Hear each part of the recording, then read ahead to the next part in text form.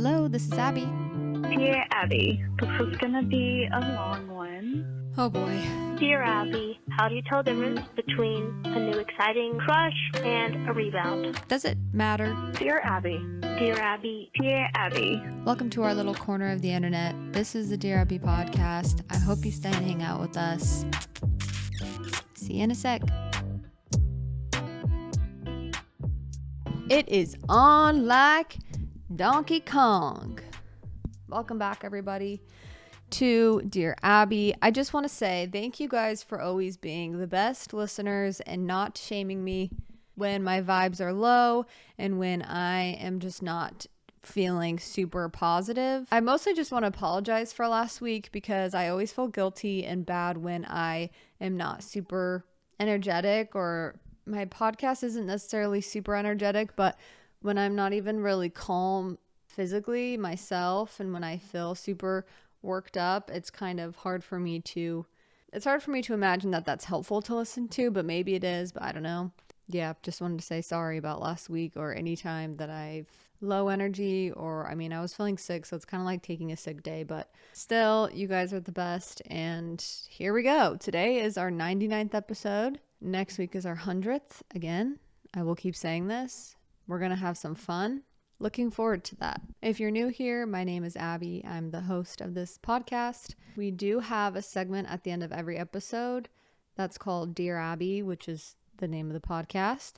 But that's because there was a segment forever ago where people would write into someone in the newspaper named Abby. I think maybe her full name was Abigail. I don't know. But basically they would ask her for advice and she would give her advice when they asked, and it would be posted in the paper and you could read it. I don't know how often, every week, every month, I don't know. So we have we just go over one listener question right in after every episode, and I give my solicited advice that sometimes is good. I think, not to toot my own horn, but I have been told that I'm pretty decent with advice.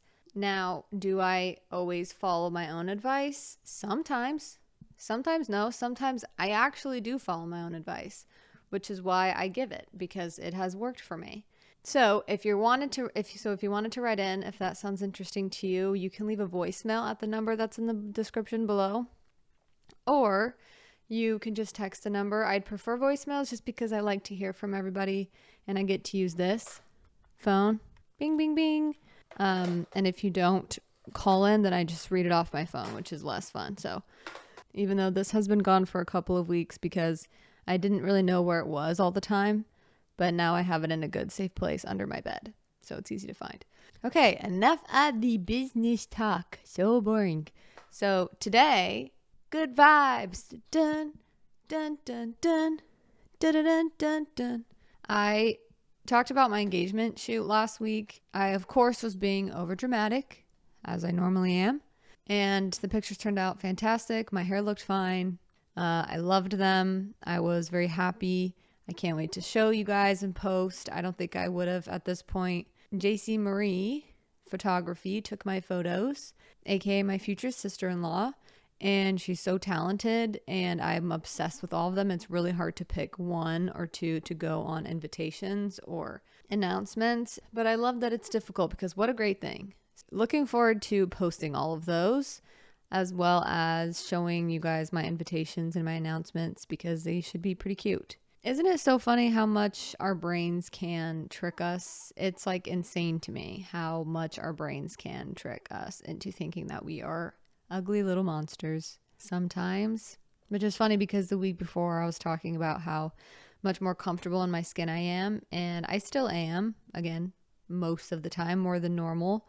But lately I have felt really bad about my body, but the only reason I think is just because my body I've just not been feeling healthy because I've had SIBO, which I posted on my story, which is small intestinal bacteria overgrowth, and it really affects I'm tired all the time. I have really low energy.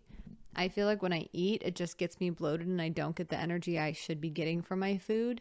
I'm actually not backed up, TMI, but that's actually not a huge problem for me most of the time. It's really just that I don't think my body's like pulling nutrients or something and everything gets stuck. So I feel so bloated, to not the point where it's like after you eat, you feel a little bit of like, I'm full. It's like painful for hours. And sometimes I wake up and it just is painful all day and it feels like nothing is being digested. So it is not fun. I had it a long time ago. I was actually serving a mission for my church and I got it really bad. That was the first time I'd ever had come to the surface, I guess, or the first time I showed any symptoms of it. And that's why I had to come home, because I was like spitting up all the time and it's pretty gross, but it got really, really bad. So it's coming back with a vengeance. An interesting story I have actually regarding that time in my life was, and you'll get a kick out of this, when I had these symptoms for like maybe 4 months, but 3 months were really bad. Like every day my stomach was hurting. I was spitting up. I had acid reflux all the time. I just felt horrible and I was gaining a lot of weight really fast. And I was super inflamed, puffy. It was just not fun. I did not feel good at all.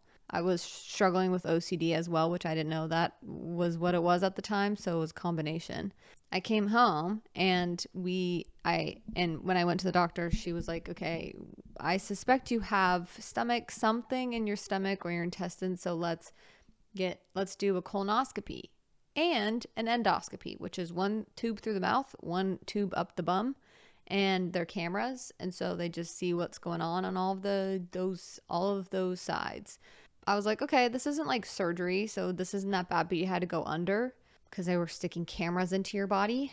And I got to the place the day of the big day. I changed into my robe. They put the little, whatever it's called, the IV in.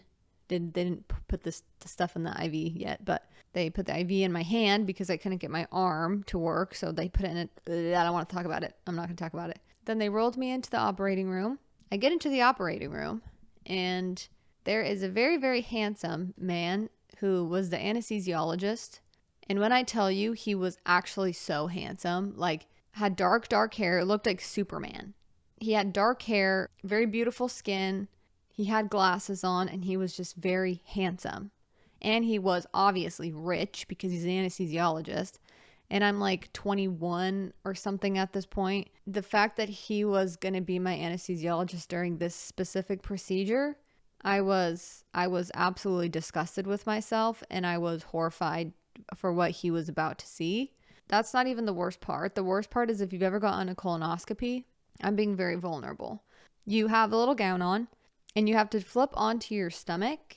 And I had to put my left cheek on the bed and they have you raise your right knee.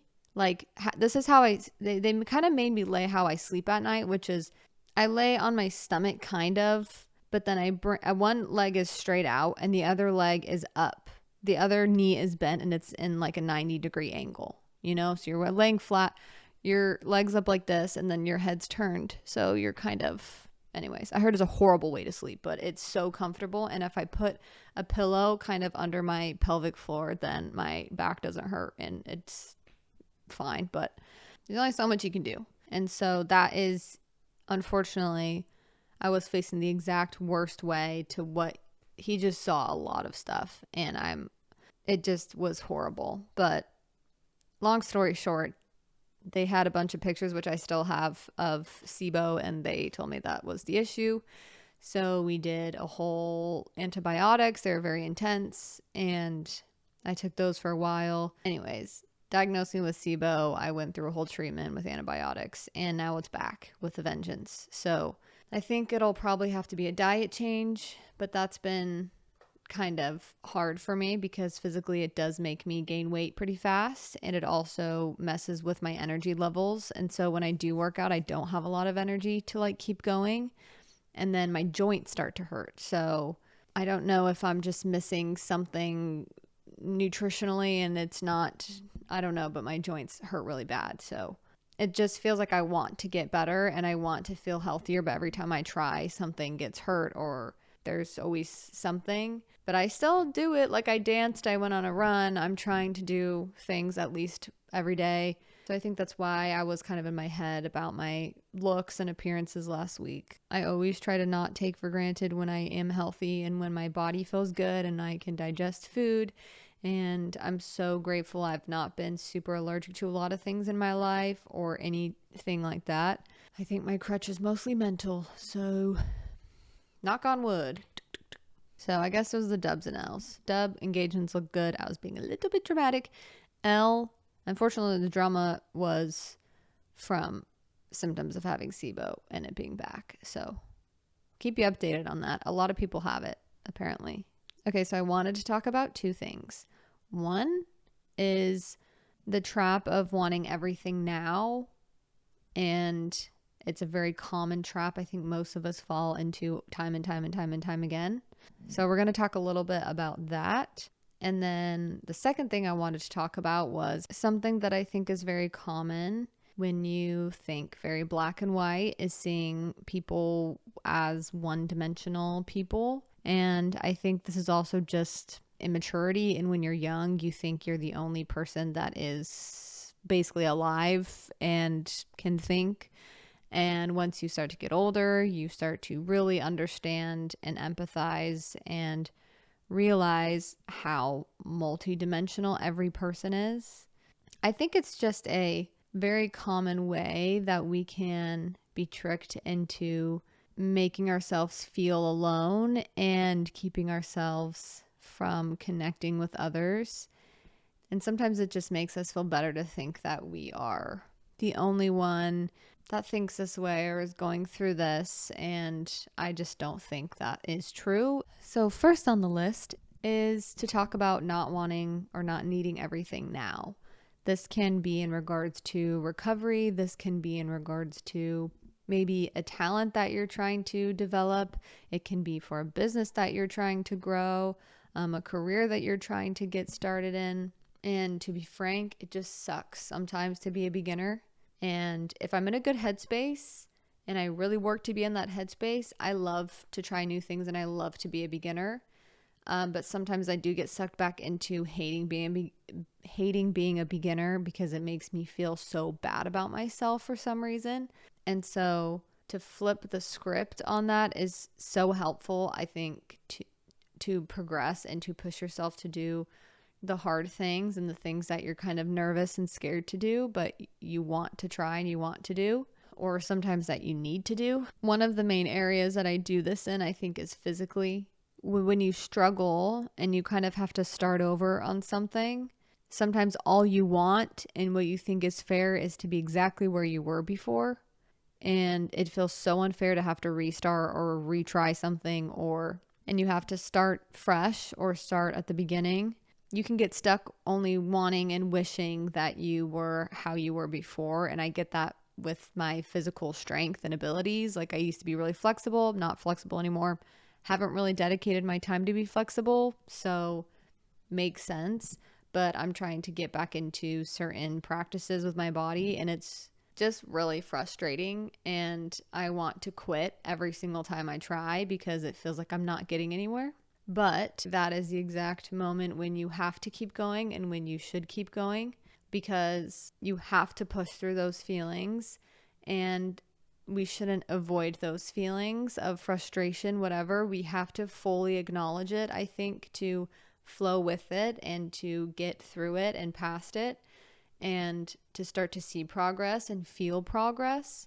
As well as I've tried to do a lot of diet changes of just slowly eliminating things to help my stomach, because I've never been a diet person. I don't really love it, but my stomach has been so bad. So I'm willing to try anything, but I want to do it gently and not all at once, because I want it to be super sustainable. So having to do that is really frustrating, because I'll try something and it still won't work and I won't feel better. And so that just makes me aggravated. So that's where I have to remind myself that you're not going to get everything you want now. You're not going to feel exactly how you want to feel right now at the beginning of all this, even in the middle of all of it. Like that cannot be the only thing that I focus on when I do anything to help myself, because it starts to discourage me if I don't immediately feel or see results. And the same can go for anything, even a mental battle. And it can also go for, again, if you're trying to get into a career and it just doesn't seem to be taking off. It's so frustrating, and it's okay that it's frustrating. It should be probably frustrating a little bit because you care and you want to get better. So that's kind of helpful to acknowledge that you're probably on the right track. You just got to keep pushing through that, and you got to acknowledge, like, I'm so frustrated with this. Like, I'm so frustrated with this, but I have to go through this. That's what makes the greats, is to push through that. It's the kind of thing where we also can't talk ourselves into doing anything, which has been on top of mind for me lately. I've not wanted to do a lot of things. I don't know why, but my brain is just in ultimate stay comfortable mode. Like dopamine, dopamine, dopamine, comfort, comfort, comfort. And it's so hard to push past that because your brain is so powerful, but I know I need to, because I'm so much happier when I don't just stick with like the comfortable same old things all the time. Not that I'm not, and it doesn't have anything to do with being content, because trust me, I am very content with where I'm at. I could stay the same, and I'm grateful for everything, but I think our souls, our hearts long to grow and to experience new things, because it's like an abundance of experiences that we can have and things we can get good at and talents that we can improve on, and there's so much more for you to experience in this life. So just when you think you have it all figured out and you have it all, you've experienced it all, you've experienced everything that you possibly could at this age or this time, it's like you haven't. There's so much more, and how exciting is that? So we really just have to push past that really frustrating beginner or second time doing something or third time doing something. I'm already preparing for when I'm pregnant, and then I'm probably going to be in great shape, honestly, and then I'll get pregnant, and then I'll try to stay working out and try to go on a run still and do all of these things. But if my body doesn't allow me to, and if that would cause more harm than good, and I'm not able to do the things that I want to do, I have to already be preparing to make peace with that and accept that, and then restart once the baby's out and 6 months have passed, or 8, whatever long. And my body's going to feel different, look different, act different, and I can't really prepare for that as much, but I can prepare now with accepting how my body is now, and any change that happens to fully embrace it, but also stay consistently doing the things to improve my overall health and well-being. But I think also when it comes to big life changes or big life moves, obviously what's triggering all of these, like I want everything now, is getting married. Now that I'm getting married, I want the house, I want the kids, I want the perfect situation, I want to be healthy, I want our kids to be healthy. Like I'm already thinking of a million different things that I would love to have. And it's not selfish to want all of these things. I really don't think it is. It's very natural, and it's actually one of the most beautiful parts, especially about women, is your heart and your desire to have all of these things be beautiful because you really care about. And that can turn into making a home. But I think where it can get hurtful is when you're now projecting things that aren't the reality right now. And so when you're already planning for 10 years ahead, when you have people and things that you can care for right now. And so that's what I'm trying to not get stuck in. It's sometimes can be hard because it's a great thing to want healthy family and a nice house and safety and whatever. And I think there's a time and place for the wishing and the planning and the tale as old as time, where you're going to be happier when you have A, B, and C. It's wonderful and it's beautiful and it's progress to have goals and to plan and to work towards that. But it's also okay to accept everything as is. Accept what you need to accept, progress when you need to progress. So all in all, you don't have to have everything right now. It's okay to only have a little bit of something that you want right now and make that enough. Okay.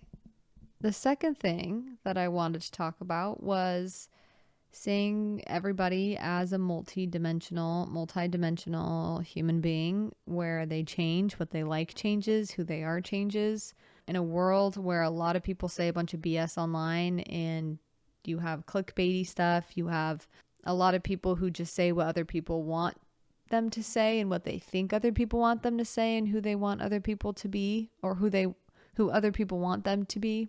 It can be kind of discouraging because it feels very fake and it feels very not real a lot of the times on the internet. And it honestly shouldn't feel that real on the internet because it is the internet. And even though there's real people on the other end, I just don't think it will ever give a clear picture of reality ever, ever, ever. Something to remember is when you are watching anybody online, just remember that's like one aspect of their life is posting online and being an influencer or whatever they're doing, or a dancer. Like that's an aspect of them.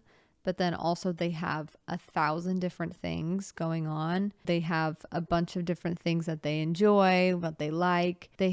Everyone's going through their own mental battles, spiritual battles, physical battles. I think it's just helpful to think about how when people say something online, even in person, when you don't see them all the time, people change their minds all the time about things, and it can be important things, not important things. It's helpful when you're online a lot to remind yourself that what you're seeing people say, they're probably going to change their mind in like 6 months or 2 years. I just really don't want the younger generation to grow up listening to everybody online and having them dictate and having other people dictate how they live their lives and what they choose to believe and what is actually true and what they look for. It just gives you more of a realistic picture of the world when you recognize that people's opinions change and people change online, and people are very complex and people normally don't stay the same. And so it can be so refreshing to find people and to trust the people that you see are real and they're honest and they're just themselves no matter what, and they're not who they think other people want them to be. And when we meet those people, it's so refreshing and it makes us feel safer. It can help remind us that when people are honest, you get to see so many different parts of people that I follow or people that I see on social media and then see them in real life. I have to kind of detach from their online persona because I know that's just one aspect of them, but they have a whole other world off camera that you just don't know. And sometimes when I create stuff, I feel like my whole personality, my whole life is like social media. But when I take a step back, it's like such a tiny aspect of my life. And I care about it because I care about the people on the other end. And I use it as a bridge to connection. But like respectfully, if I'd ever started to really affect my mental health, I would just probably get off social media altogether and get off the grid, and I would be totally content and totally happy doing that. Well, that was it. Hopefully any of that made sense, as I will say every episode. Let's do a Dear Abby and then we'll wrap this baby up. We have a text, everybody. No call today. They said, "Hi Abby, I'm in my mid-20s and I've been married to my college sweetheart for 3 years." Okay, married to your college sweetheart for 3 years. "I've recently discovered that he's a compulsive liar, and I'm looking for advice on how to navigate that." Oh, I should have read this one before. That is difficult. Okay, you're married. You've been married for 3 years. I'm curious to know if this is a new thing that he just started becoming a compulsive liar because of some life event, or I don't know how it works, or if he's always been and you're just now finding it out that he's like lied about a bunch of stuff. It's helpful to be super realistic about what is an actual compulsive liar, which I have no idea, honestly. I imagine if it's compulsive, they feel like they have to because maybe they have gaslit themselves into thinking that it's like a different reality when they half believe or they're like not sure how to let people in. I'm sure it has something to do with they don't know how to let someone actually see that they're imperfect and that they can be selfish and they can be a bunch of negative things. So they just feel like they have to lie about everything. I don't know if it's like he's lying about really big things like he's cheating on you, or he's having an affair, or he's just gone and he's lying about where he was, or just weird stuff like that are big. Okay, here's what I'm thinking. There's two different situations from what I understand. There's two different ways that this could be happening. One scenario is the better one, where he's actively struggling with this but working on it, and he knows he's a compulsive liar and he's been diagnosed, however that process looks, and he's willing to work on it and to bring awareness to himself and realize what he's doing wrong and trying to help himself, and he wants you to be a part of it, and he wants help, and he's seeking help. And he's lying about kind of smaller stuff. Maybe something big every once in a while, but not like cheating or infidelity and anything like that. But just annoying small stuff where you're like, this is so annoying, just tell me the truth. Like, I just want to hear the truth.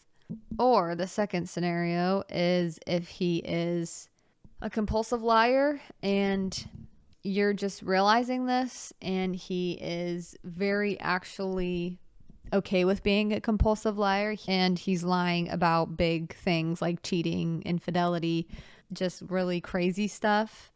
That second scenario is something that you should probably seek professional help for.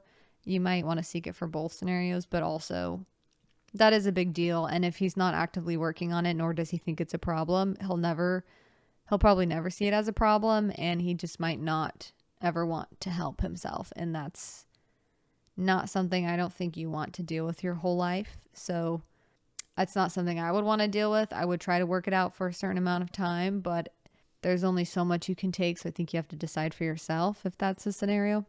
But hopefully it's scenario one. I just want to say it would be so hard to be married to a compulsive liar, because how exhausting that you don't trust what they say, when trust is one of the biggest parts of a relationship. Is that's the most intimate thing, is when you're able to trust somebody and someone's able to trust you. So not having that would be so difficult. So I want to validate any experience that you're having with how you're craving to have that honesty and that trust in your relationship, because that's a healthy, natural need. Okay, so don't sacrifice that. And I'm a big believer that once you're married, like, you help them with all of that stuff. But while you help, you also, a part of helping, I think, is setting really clear boundaries. Like, I'm not just going to deal with you lying. I'm not going to have to like it. I'm going to be super patient with you, but I can set my own boundaries. Like, if he's lying all the time about something, or he's kind of lying, I would say probably don't engage with the lying. It would be so hard, and this is way easier said than done. But the more that you raise your energy, like if he's lying about something and it's really frustrating you, and he's like, can't really help it, I don't know how it works, I would say try to keep your energy contained. Even if your internal experience is like boiling, you're exploding, you want to scream, cry, whatever, keep it contained until a conversation is over, or ask to be excused, and don't show the explosion. Maybe if his symptoms are very prevalent, because I think just in any argument, the more that your nervous system spikes and you show that, and then you start raising, they're going to raise too, and it's just going to keep going up, up, up, up, up. So definitely don't engage in that like up, up, up, up, up trajectory in an argument or something. Set very clear boundaries. Let him know it's not okay that you lied to me. So I know it's hard for you. I know that this is something you struggle with, and it's hurting you as well. I'm going to support you, but I need you to work at this for us, for me, because this is really hard on me. I think if it's something that he's struggling and he's having a hard time with and he's working on sincerely, it's a great time to be supportive and to help him through it. But if it's not something that he's like doesn't see a problem with, then I don't know, that'd be hard, and I would probably talk to somebody, just because you do deserve somebody who's going to work towards that honesty and that trust both ways. Don't let anyone walk all over you. You can be compassionate and empathetic and kind and gentle, but at the same time you can be very stern and I'm not going to let you do this. I'm not going to just accept this as the bar. I expect a lot from you, and I need you to get here for me. And if he's not willing to do that and he doesn't care, then I think that's an answer. Don't take it personally, which is easier said than done as well. But I think when someone has a mental illness, or I don't know what a compulsive liar necessarily is, if it's a disorder, it can be easy to start to take their wrongdoings or their problems personally and his lying personally. But it's not, it has nothing to do with you. It really doesn't. It has nothing to do with you. It's not your job to fix it. And there's nothing wrong with you if he's not fixed, because sometimes if you're like a fixer type of a girl, if you're a fixer type of a person, if your significant other, if someone around you is not okay, you feel like you failed, which is not true, because it's not your job to fix them. I think we can't fix people. We can support them. We can comfort them. We can love them. We can be sad with them, happy with them, but we can't go in there and fix it all up. You know, that's just out of our jurisdiction. That's above our pay grade. So don't take it personally that he is lying or he's struggling with this. It has nothing to do with you. I'm sure you're a great wife and you're very loving, and it is probably, and I'm sure it is very hard to be experiencing that, and take the time that you need when you need, take care of yourself, meditate. Yeah, you got to take care of yourself mentally and physically, because it'll help him to do the same if he sees you as an example. Well, that's my advice. I hope it can help in some way.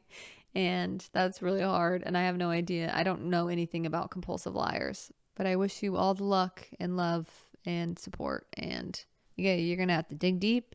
Or if it's scenario 2, hit the hay. Just kidding. That's such a hard thing to say to someone who's married. It's like, oh. Sometimes I hear that on advice columns of people. Maybe I've done that before as well. But it's like, oh, we've been married for like 6 years, and I just found out that he, I don't know, did something, and like, it's not necessarily cheating, but it's not a good thing. And people are like, well, just leave him. I'm like, that's a very hard thing to ask somebody to do.